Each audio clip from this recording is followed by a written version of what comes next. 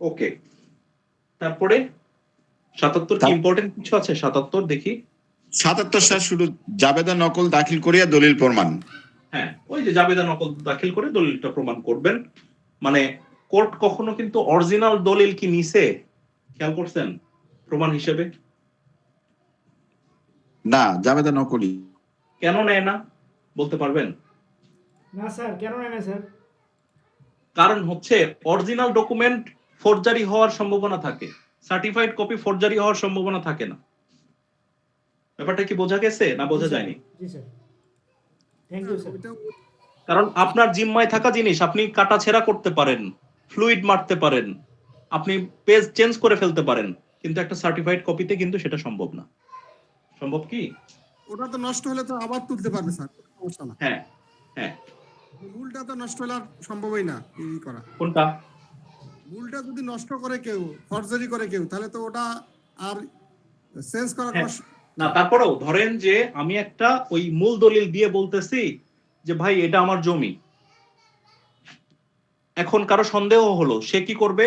ওই দলিল নাম্বার এবং সালটা বা তারিখটা নিয়ে যাবে কোথায়? সাব রেজিস্ট্রার অফিসে গিয়ে কি বলবে যে দেখো তো ভাই সার্চ করে যে এটা আছে কিনা, যদি পায়, অর্থাৎ যদি সার্টিফাইড কপি পাওয়ার মতো অ্যাবিলিটি থাকে তাহলে কবে যে হচ্ছে হ্যাঁ দলিলটা ঠিক আছে, আর যদি না থাকে তাহলে বলবে যে দলিলটা ফোর্সড।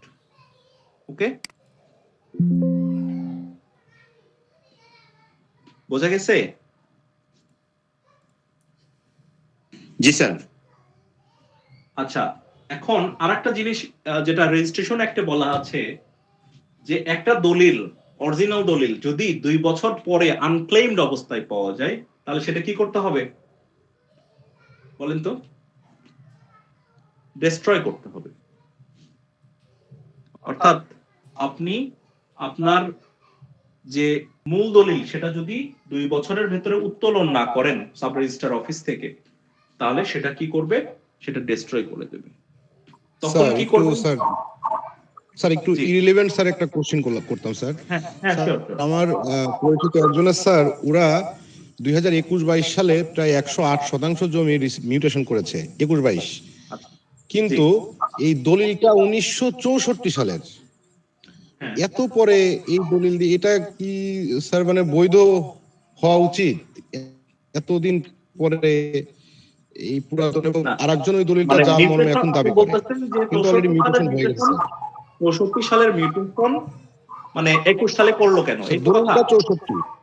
হ্যাঁ হ্যাঁ স্যার, স্বাধীন বাংলাদেশের আগের দলিল ওইটা। এখন মিউটেশনের ব্যাপার বলা আছে, মিউটেশনের ক্ষেত্রে কোনো টাইম লিমিট নাই যে আপনি এত দিনের ভেতরে মিউটেশন করতে হবে অন্যথায় আপনার নামে আর খারিজ হবে না, এটার কোনো টাইম লিমিট নাই। দেখেছেন কোথাও টাইম লিমিট এটার?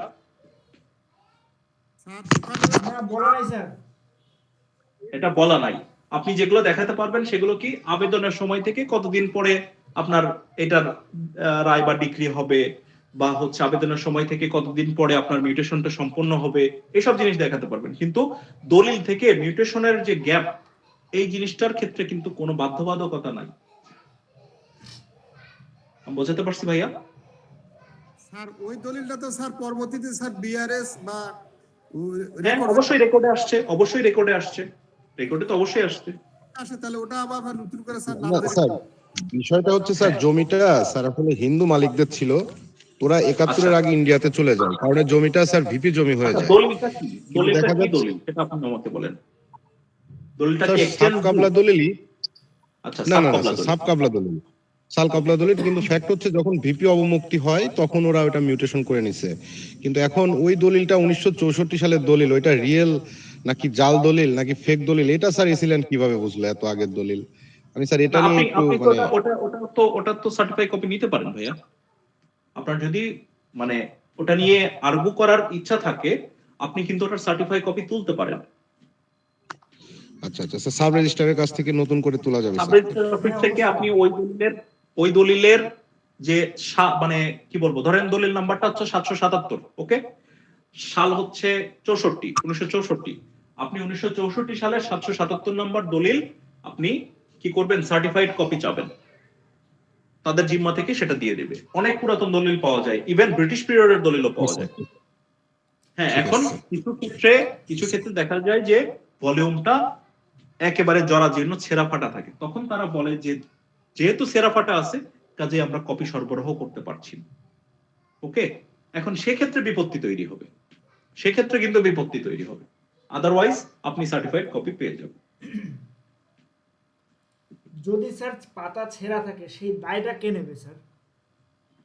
সেই দায়টা তো আসলে, আচ্ছা এইবার একটা ক্লু আসছে, খুব ভালো প্রশ্ন করছেন। 90 ধারা মনে পড়ে এভিডেন্স অ্যাক্টের, যদিও পড়ি নাই এখনো। জি স্যার। 90 ধারা 30 বছরের 90 ধারা কি বলে? আদালত স্যার ওটা তো স্যার 30 বছরের কথা বলা। আচ্ছা, 30 বছরের পুরাতন দলিল যদি ডিউ কাস্টডিতে থাকে, অর্থাৎ ধরেন আমার দাদার দলিল, দাদা মারা গেছে, বাবার জিম্মায় আছে অথবা আমার জিম্মায় আছে, আমি যদি কোর্টের সামনে উপস্থাপন করি তাহলে সেটা কি কোর্ট প্রিজাম্পশন নেবে কি নেবে না? নিবে স্যার। নেবে স্যার। নিবে, কারণ 30 বছর পুরাতন দলিল, প্রথম কথা। দ্বিতীয়ত হচ্ছে ডিউ কাস্টডিতে, অর্থাৎ আমি প্যাটার্নাল লাইন, আমি যেহেতু তার উত্তরাধিকার সূত্রে মালিক, কাজে আমি কিন্তু ওই দলিলের, অরিজিনাল দলিলের জিম্মাদার। জি স্যার। তাই না? সো এটা একটা কিন্তু ভ্যালিড পয়েন্ট ভাইয়া, যিনি প্রশ্ন করছিলেন যে 64 সালের দলিল কিন্তু কাস্টডি যদি তারই থাকে, ধরেন যার নামের দলিল বা যার পূর্বপুরুষের নামের দলিল 64 সালে, স্বাভাবিকভাবেই হয়তো বেঁচে থাকতেও পারেন, যে মানে যে গ্রহীতা সে বেঁচে থাকতেও পারেন আবার নাও পারেন। আচ্ছা, ধরলাম বেঁচে আছেন, তাহলে তার কাস্টডিতে যদি পাওয়া যায় তাহলে কি সেটা প্রিজাম্পশন কি হবে? পজিটিভ প্রিজাম্পশন হবে না? স্যার এই ক্ষেত্রে আরেকটা প্রশ্ন করি স্যার। হ্যাঁ অবশ্যই অবশ্যই। ধরেন যে পাতা ছেঁড়া, হ্যাঁ, এখন দুইটা অরিজিনাল দলিল বের হইলো, দুইটা অরিজিনাল দলিল, দুইটা অরিজিনাল, দুইটা অরিজিনাল দলিল। আচ্ছা, এবং দুইটা দাতা একই, গ্রহীতা আলাদা, সেক্ষেত্রে কি দাতা হবে? একই, গ্রহীতা আলাদা। আচ্ছা, তাহলে কি দেখবেন? তাহলে আপনি সম্পাদনের ডেট দেখবেন। কে আগে পাশে নিচে, হ্যাঁ এটা দেখা লাগবে। সম্পাদনের ডেট দেখবেন। আচ্ছা, সম্পাদনের ডেটেও মিললো না, ধরেন যে একই ডেটে সম্পাদিত, তাহলে কি দেখবেন? তাহলে দেখবেন হচ্ছে আপনি ওই যে স্ট্যাম্পের উপরে যে ইয়ে থাকে না, একটা নাম্বার থাকে না স্ট্যাম্পের, যেটা আর কি ক্রমিক, জি স্যার। সেই ক্রমিকে যে আগায়া তার দলিল আগায়া। বুঝতে পারছেন? জি স্যার, বুঝতে পেরেছি। Thank you sir. স্যার ওখানে সিরিয়াল নাম্বার থাকে, সিরিয়াল নাম্বার, হ্যাঁ, সিরিয়াল নাম্বার থেকে দেখা যাচ্ছে তার দলিলটা আগে সম্পাদিত হয়েছে বলে ধরে নেওয়া হবে। স্যার এই 30 বছরটা ওই ডেট থেকে বিগত 30 বছর স্যার দলিলের ডেট থেকে? না, মানে আপনি তো বিগত দিয়ে তো বলতে পারবেন না, আপনি বলতে পারবেন যে প্রেজেন্ট ডেট থেকে 30 বছর হয়েছে কিনা, প্রেজেন্ট ডেট থেকে 30 বছর হয়েছে কিনা। ধরেন আজকে হচ্ছে 13 মে 2026, তাহলে আমরা ধরেন যে ওই ধরেন অ্যাপ্রক্সিমেটলি 94 সালের 13 মের আগের যে কোনো দলিলটা আমরা কি ধরবো? আমরা সেটা প্রিজাম্পশন, পজিটিভ প্রিজাম্পশন ধরবো, যদি সেটা ডিউ কাস্টডিতে পাওয়া যায়, অর্থাৎ যার জিম্মায় থাকার কথা তার জিম্মায় যদি পাওয়া যায় তাহলে সেটা বৈধ হিসেবে ধরা হবে। তখন প্রমাণের দায় কার হবে? ধরেন যে এই যে ভাইয়া বললেন যে 64 সালের দলিল, সেটা আপনি বলতেছেন যে দলিলের অথেন্টিসিটি নাই, আপনি ক্লেম করতেছেন, তাহলে প্রমাণের ভারটা আপনার উপরে পড়বে, কিন্তু তাকে কিন্তু আর প্রমাণ করতে হবে না, কারণ সে ডিউ কাস্টডিতে আছে। ওকে, বোঝাতে পারছি? জি স্যার, বুঝলাম স্যার। স্যার ওকে, একটু ইররিলেভেন্ট হলো, বাট আমার মনে হয় ওপেন ডিসকাশন হলো এবং অনেক কিছু জানা গেল, তাই না? জি স্যার, জি স্যার। জি স্যার। ওকে, তারপরে আসে কত? তারপরে স্যার 78 স্যার, 78 অন্যান্য সর্বসাধারণের দলিল প্রমাণ। এখানে অনেকগুলো দলিল কথা বলছে স্যার, যেমন সরকারের কোনো এটা প্রয়োজন হয় না বেসিক্যালি, 77 নম্বর সেকশনটা বেসিক্যালি প্রয়োজন হয় না, তারপরে আমরা জাস্ট হেডিংটা দেখে নিই বা ভেতরে একটু কন্টেন্টটা দেখে নিই। ওকে, ইবনে ভাই পড়েন। স্যার এখানে বলছে স্যার যে সরকারের বা কোনো ভূখণ্ড লইয়া বাংলাদেশ গঠিত, সেই ভূখণ্ড পরিচালনার সরকারের আইন দ্বারা ওই দলিল প্রমাণ করা যাবে। সংসদের কার্য বিবরণী হলে সংসদের পত্রিকা দ্বারা, বিদেশের শাসন বিভাগীয় কোনো কর্মকর্তার জারিকৃত আইন ইত্যাদি সম্পর্কে ওই পরিষদের কার্য বিবরণী দ্বারা, বাংলাদেশের কোনো পৌর সংস্থার কার্য বিবরণী ও কার্য বিবরণীর আইনসঙ্গত রক্ষকের সহিমোহর নকল দ্বারা। আর 6 নম্বরে বলছে যে বিদেশে কোনো প্রকার সর্বসাধারণের দলিল মূল দলিল দ্বারা কিংবা উক্ত দলিলের আইনসঙ্গত রক্ষকের দ্বারা সহি মোহরকৃত নকল অর্থাৎ সার্টিফাইড কপি দ্বারা। এখানে স্যার অন্যান্য দলিলের ওকে, এখন আচ্ছা, এখন এইখানে দেখেন, এইখানে প্রত্যেকটা জিনিসই কি বলা আছে, প্রত্যেকটা জিনিসের ক্ষেত্রেই বলা হচ্ছে যেরকম যদি কোনো সভা সমিতি, সংসদ বা অন্য কোনো ইয়ে থাকে, কোনো প্রতিষ্ঠানের বৈঠক বা এই জিনিস এরকম ব্যাপারগুলো কি থাকে, তাদের একটা রেজুলেশন বই থাকে না, নাম শুনেছেন? রেজুলেশন বই, রেজুলেশন। জি স্যার। এই তখন ওই রেজুলেশন বই দিয়ে আপনি সভা সমিতি, সংসদ এসবের কার্য বিবরণীর যখনই ব্যাপার আসবে তখনই রেজুলেশনের নাম আসবে। রেজুলেশন বই দিয়ে এই সব কিছু প্রমাণ করা যায়। আচ্ছা, ওকে, এটা গেল। তাহলে সভা সমিতির কার্য বিবরণী বা সংসদের কার্য বিবরণী আমরা সবসময় কি দিয়ে প্রমাণ করব? রেজুলেশন দিয়ে। ওকে, এরপরে আসতেছে যদি ফরেন গভর্নমেন্টের কোনো এরকম ব্যাপার থাকে, তখন ওই রিলেটেড যে কনসার্ন ব্যক্তি, অর্থাৎ যেরকম ধরেন যে আমি ইন্ডিয়ান পার্লামেন্টারি একটা ব্যাপার নিয়ে প্রশ্ন তুলছি বাংলাদেশি কোর্টে, সে এগুলো আসলে খুব রিলেভেন্ট না, তারপর আমি বলছি, তাহলে আপনি কি তাদের রেজুলেশন বই তলব করতে পারবেন? না, পারবেন না। আপনি কি করতে পারবেন? সংসদ বিষয়ক যে তাদের যে সচিব আছে, সে একটা রিপোর্ট দেবে, সেই রিপোর্টটাকে আপনাকে কোর্টে প্রেজেন্ট করতে হবে, সেই তাদের কার্য বিবরণী প্রকাশ করার জন্য। ওকে, অর্থাৎ কাস্টোডিয়ান, যে ওই জিনিসটার কাস্টোডিয়ান। আবার ঠিক সেম যেরকম হচ্ছে ফরেন এফিডেভিট বা ফরেন পাওয়ার অফ অ্যাটর্নি, এই জিনিসগুলো কেমনে প্রমাণ করে? এই জিনিসগুলো ঠিক সেম ভাবে হয় মূলটা দিয়ে প্রমাণ করতে হবে, অথবা ওটার কাস্টোডিয়ান যারা, যেরকম ফরেন পাওয়ার অফ অ্যাটর্নির ক্ষেত্রে হচ্ছে আমাদের মিনিস্ট্রি অফ ফরেন অ্যাফেয়ার্স, তারা একটা সার্টিফাই কপি দেয়, আবার ফরেন কাউন্সিল তারা একটা সার্টিফাই কপি দেয়, এরকম জিনিসগুলো দিয়ে প্রমাণ করতে হয়। আমার কথা হচ্ছে, প্রশ্ন যেখান থেকেই আসুক আপনার কাছে যেন মনে না হয় যে এই জিনিসটা আমি কখনো পড়িনি, এই কারণে এই সিলি সেকশন গুলো টাচ করে যাচ্ছি। ওকে, জি স্যার। জি স্যার। আচ্ছা, এরপরে আসতেছে কত স্যার, এরপরে ওই যে প্রিজাম্পশন অ্যাজ টু ডকুমেন্ট, দলিল অনুমান গুলো আসতেছে স্যার 79 থেকে। 79 থেকে 79 কি বলতেছে? Presumption as to genuineness of certified copy. এইখানকার আমার এই যে প্রিজাম্পশনের যে সেকশন গুলো, এইখানে আমি মনে রাখবো কোন জায়গায় কোন প্রিজাম্পশনের কথা বলছে, অর্থাৎ শ্যাল নামে, আর হচ্ছে কোন বিষয়ে বলছে। যেরকম 79 কি বলতেছে? Genuineness of certified copy, genuineness of certified copy, অর্থাৎ জাবেদা নকল বিষয়ে অনুমান। জাবেদা নকল বিষয়ে অনুমানটা কেমন? Shall presume. ওকে, জি স্যার। Shall presume. আচ্ছা, এরপরে 80 presumption as to document produced as record of evidence, অর্থাৎ আদালতে যে আপনি যে জেরা বা জবানবন্দি দিয়ে থাকেন, কোর্ট সেটা লেখে না? জি স্যার, লেখে স্যার। কোর্ট সেটা লেখে। আচ্ছা, এই যে লেখে, এই জিনিসটার যদি কোনো সার্টিফাইড কপি আসে, তখন সেটার প্রিজাম্পশন কি? শ্যাল প্রিজুম। Shall presume. স্যার, এটা কি 164 কি কাউন্ট করা যাবে? 164 কাউন্ট হবে, 164 কাউন্ট হবে, কারণ 164 ইজ আ এভিডেন্স, এটা মনে রাখতে হবে। 161 কি? একটা স্টেটমেন্ট।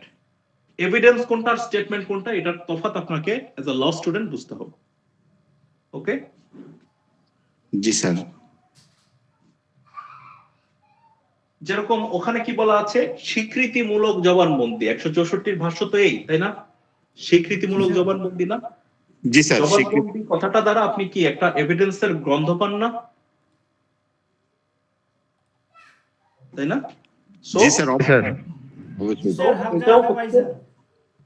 জি জি, ওই যে বললেন না যে ল স্টুডেন্টের একটু মানে ইয়ে পাওয়া যায়, স্বীকৃতির, যখন জবানবন্দির কথা বললেন না,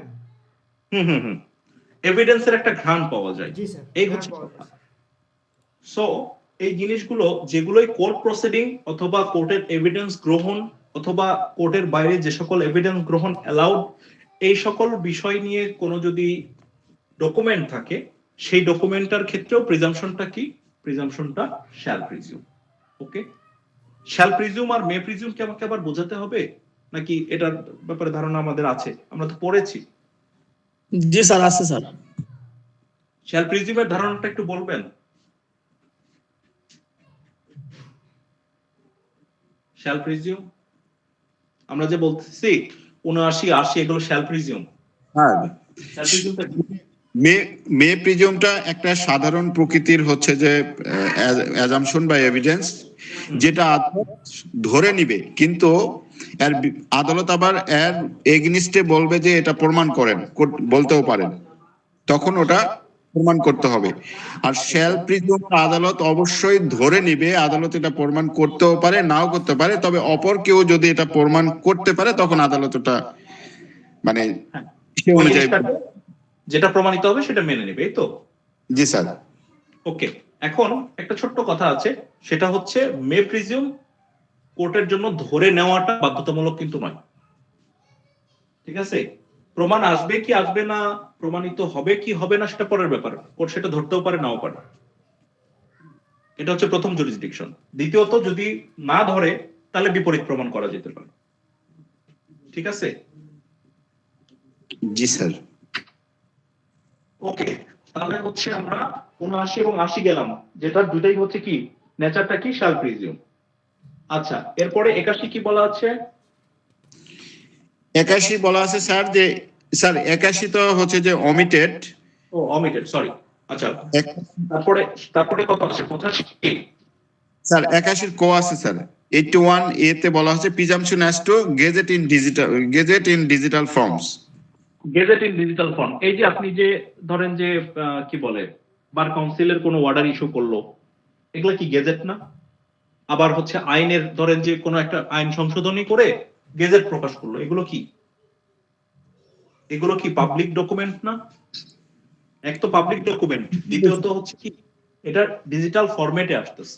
আপনি কিন্তু কি করতেছেন, আপনি ওয়েবসাইটে গিয়ে পিডিএফ নিচ্ছেন, আপনি তো আর হার্ড কপি কিনতেছেন না, তাই না? না স্যার, পিডিএফ নিচ্ছি বা পিডিএফ। এই পিডিএফটা কি? এই পিডিএফটার ক্ষেত্রেও প্রিজাম্পশনটা হচ্ছে শ্যাল প্রিজিউম, যেহেতু এটা পাবলিক রেকর্ড। এবং এটা কিভাবে জেনারেট করা হয়, এটা হচ্ছে মেকানিক্যালি জেনারেট করা হয়। এটা কিন্তু আপনার হাত দেওয়া পিডিএফ কি এডিট করতে পারেন? না স্যার, করা যায়। গেজেট নোটিফিকেশন এডিট করতে পারেন না ডিজিটাল ফরম্যাটে যদি এসে থাকে। এই কারণে এগুলোর ক্ষেত্রেও প্রিজাম্পশনটা শ্যাল। ওকে, তারপর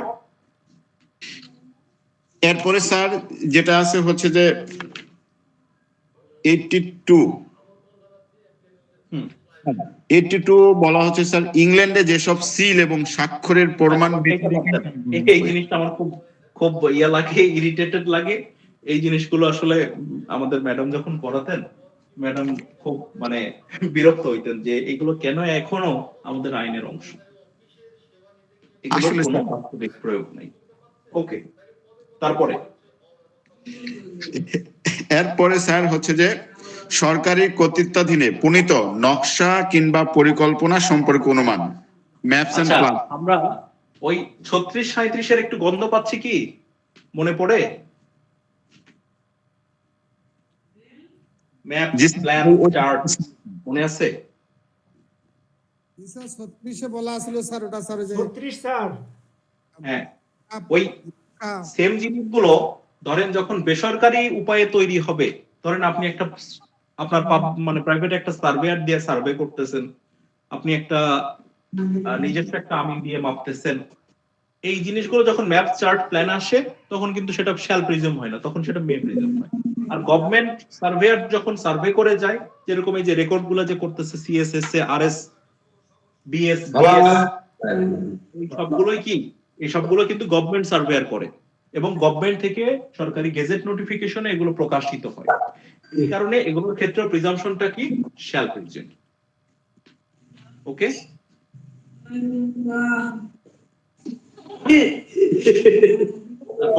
ওকে, তারপরে কলম কিউরে ভাই, তারপরে কত আছে স্যার? তারপরে স্যার 84 এ আছে স্যার, যেটা হচ্ছে যে presumption as to collection of law and reports of sir direction, না ডিসিশন স্যার, ডিসিশন। এগুলো কি, এগুলোর ক্ষেত্রে কি বলা আছে, শ্যাল না মে? এগুলো স্যার শ্যাল। এগুলো Law shall। যখন গভর্নমেন্ট, যেরকম সুপ্রিম কোর্টের আর্কাইভে যে সকল ল রিপোর্ট রাখা আছে সেগুলো কি, সেগুলো এক তো পাবলিক রেকর্ড, দুই সেটা হচ্ছে আপনি কি করতেছেন, সেটা হচ্ছে আর্কাইভ থেকে নিচ্ছেন, অর্থাৎ ডিউ কাস্টডি থেকে নিচ্ছেন। এগুলোর অথেন্টিসিটি নিয়ে কোনো কোশ্চেন নেই। কিন্তু আপনি যদি বলেন ঢাকা ল রিপোর্ট, ডিএলআর, তাহলে সেটার ক্ষেত্রে কি প্রিজাম্পশনটা কি মানে কি বলে, শ্যাল হবে না মে হবে?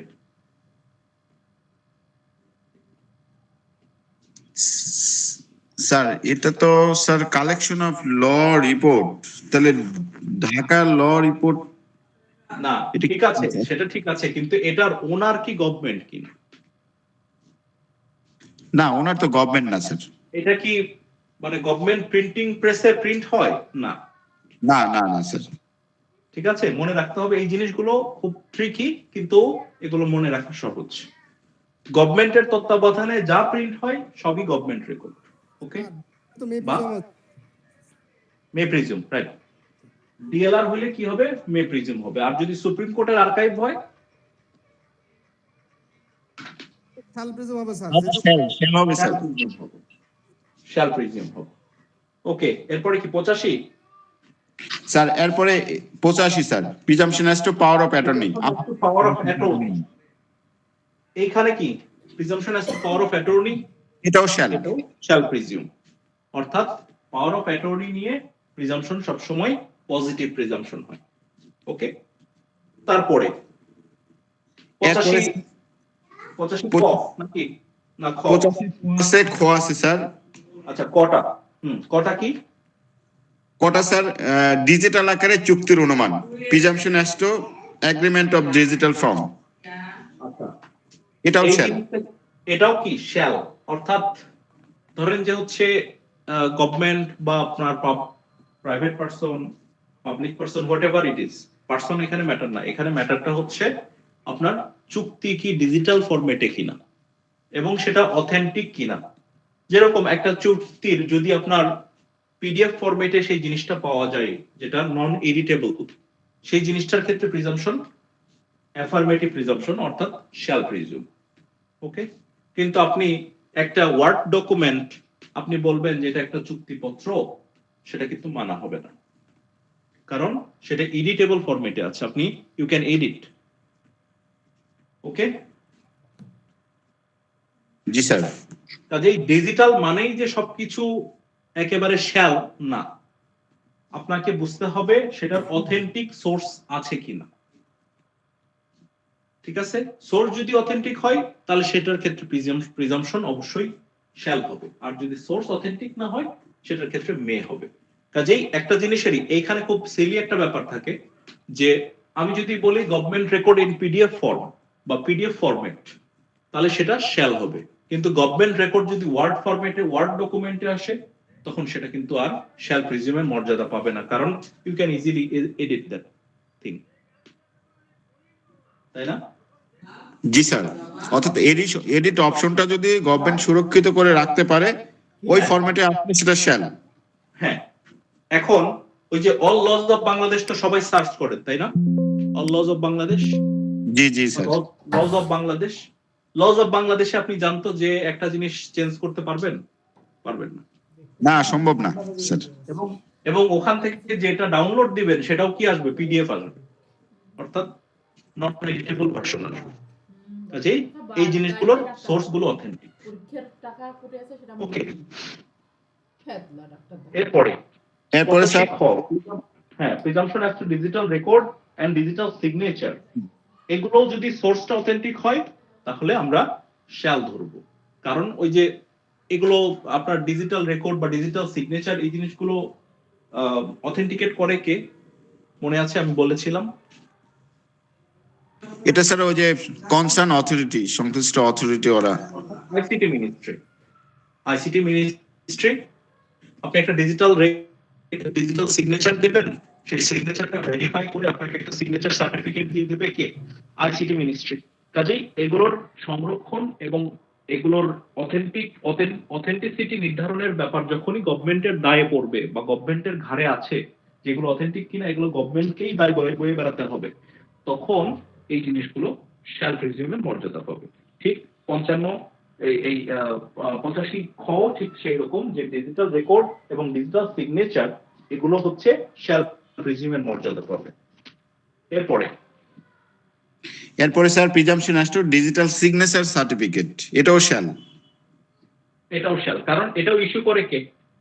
এটা হচ্ছে ইস্যু করে আইসিটি মিনিস্ট্রি বা তার অধীনে কোনো তত্ত্বাবধায়ক প্রতিষ্ঠান।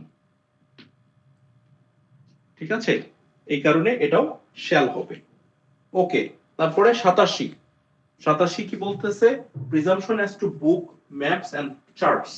এইখানে দেখেন, এইখানে গভর্নমেন্ট কথাটা লেখা আছে কিনা খেয়াল করে দেখেন।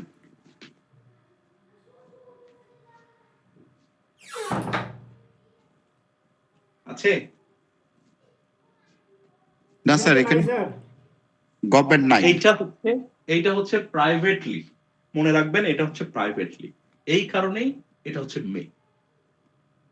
যেরকম আমি যদি একটা বই লিখি তাহলে সেটার ক্ষেত্রে প্রিজাম্পশনটা কি বলেন তো? স্যার আপনি যদি বই লেখেন, এটা যদি স্যার প্রকাশিত হয়ে যায় তাহলে তো এটা শ্যাল হওয়ার কোনো সুযোগ নাই স্যার, এটা মেন হবে। তাহলে আমি এখানে প্রশ্ন হচ্ছে ম্যানুস্ক্রিপ্ট, তাই না? যে পাণ্ডুলিপিটা যখন থাকতেছে তখন কি হচ্ছে? তখন সেটার ক্ষেত্রে মে। আর যখন পাণ্ডুলিপিটা পাবলিকলি এক্সপ্রেড হচ্ছে, যেরকম হচ্ছে ধরেন একটা নিউজ পেপার, যখন নিউজ পেপার অফিসে থাকে, অর্থাৎ মানে আপনি যখন নিউজ পেপারটা মানে প্রেসে দেননি বা পাবলিকলি সেটা ছড়াই নাই, ততক্ষণ পর্যন্ত সেটা কিন্তু মে প্রিজিমের মর্যাদা পাবে। শ্যাল তখনই হবে যখন ওটা পাবলিকলি প্রচারিত হয়ে যাবে, কারণ সেটা আর কি করার অপশন থাকবে না, সেটা আর ঘষা মাজা করার অপশন থাকবে না। বুঝতে পেরেছেন? স্যার তাহলে স্যার জাতীয় শ্যাল হবে। তাহলে বুকস, ম্যাপস এন্ড চার্টস এটা যখন প্রাইভেটলি কালেকশনে থাকবে তখন সেটাকে আমরা কি বলবো? তখন সেখানে আমরা প্রিজাম্পশন নিব মে। ওকে, জি স্যার। তারপরে sir presumption as two telegraphic message, এটা আবার মে প্রিজম, এটার প্রয়োজন নাই, এটা বাদ দেন।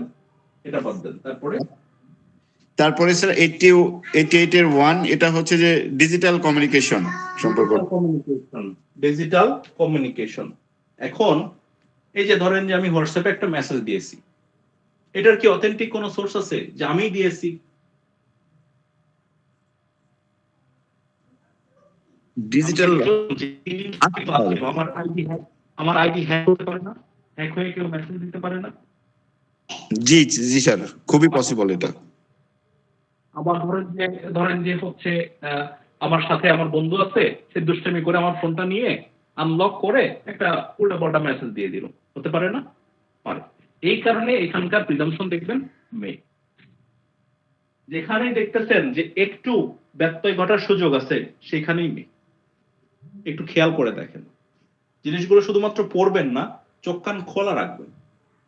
জ্ঞান শুধু বই পড়ে হয় না, জ্ঞান শুধু লেকচার শুনে হয় না, জ্ঞান আসলে আহরিত হয় অটোমেটিক্যালি।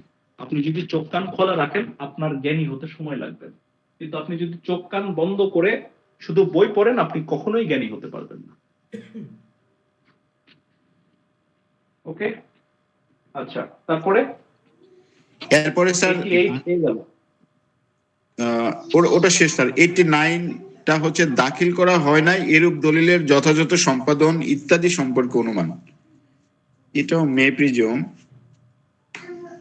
মানে দাখিল করা হয় না এটা স্যার, যেটা দাখিল করার জন্য আদালত নির্দেশ দিয়েছে সেটা দাখিল করে নাই। জি, আরেকবার একটু আমার একটু নেটের প্রবলেম হয়েছিল, প্লিজ আরেকবার। দাখিল করা হয় নাই এরূপ দলিলের যথাযথ সম্পাদন ইত্যাদি সম্পর্কে অনুমান। এখানে বলছে যে আদালত যে দলিল তলব করিয়াছে তাহা দাখিল করিবার নোটিশ দেয়া সত্ত্বেও দাখিল করা হয় নাই, এরূপ দলিল সম্পর্কে যে অনুমান করবে সেটা হবে মে। আচ্ছা, না স্যার, এটা শ্যাল স্যার, এটা শ্যাল প্রিজম। এটা কত পড়তেছেন? 90? এটা 89 স্যার। আচ্ছা, আরেকবার একটু পড়েন দয়া করে। এটা স্যার